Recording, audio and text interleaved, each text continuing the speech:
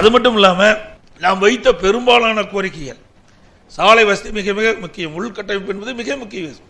கிழக்கு கடற்கரை சாலை அது மிக மிக அவசியம் என்ற காரணத்தினாலே மத்திய அரசு மூலமாக தொடர்பு கொண்டு நம்ம கோரிக்கை வைத்துடன் அதுக்கு அனுமதி கொடுத்து சாலைக்கு தேவையான நிதிகள் ஒதுக்கப்பட்டு இன்றைக்கு தமிழகத்திலே அதிகமான சாலை விரிவாக்கம் செய்தது அதிமுக ஆட்சி தான். இன்றைக்கு மத்திய அரசாங்கத்தின் மூலமாக நடக்கின்ற நகாய் இந்திய தேசிய நெடுஞ்சாலையத்தின் மூலமாகவும் பல்வேறு சாலைகள் விரிவாக்கம் செய்ய வேண்டும் என்று கேட்டுக்கொண்டு நாங்கள் கொடுத்த கோரிக்கையின் அடிப்படையில் தான் இன்று வரைக்கும் செய்து கொண்டிருக்கிறாங்க.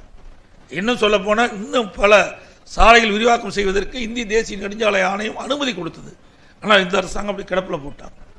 என்ன காரணத்துக்கு போட்டாங்கன்னு தெரியல.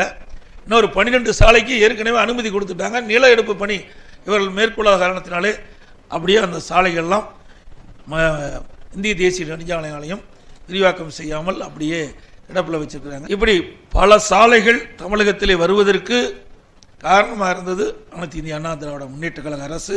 எந்த அளவுக்கு உள்கட்டமைப்பு சிறப்பாக இருக்கின்றதோ அந்த அளவுக்கு நம்முடைய தொழில் வளம் அதிகமாக இருக்கு.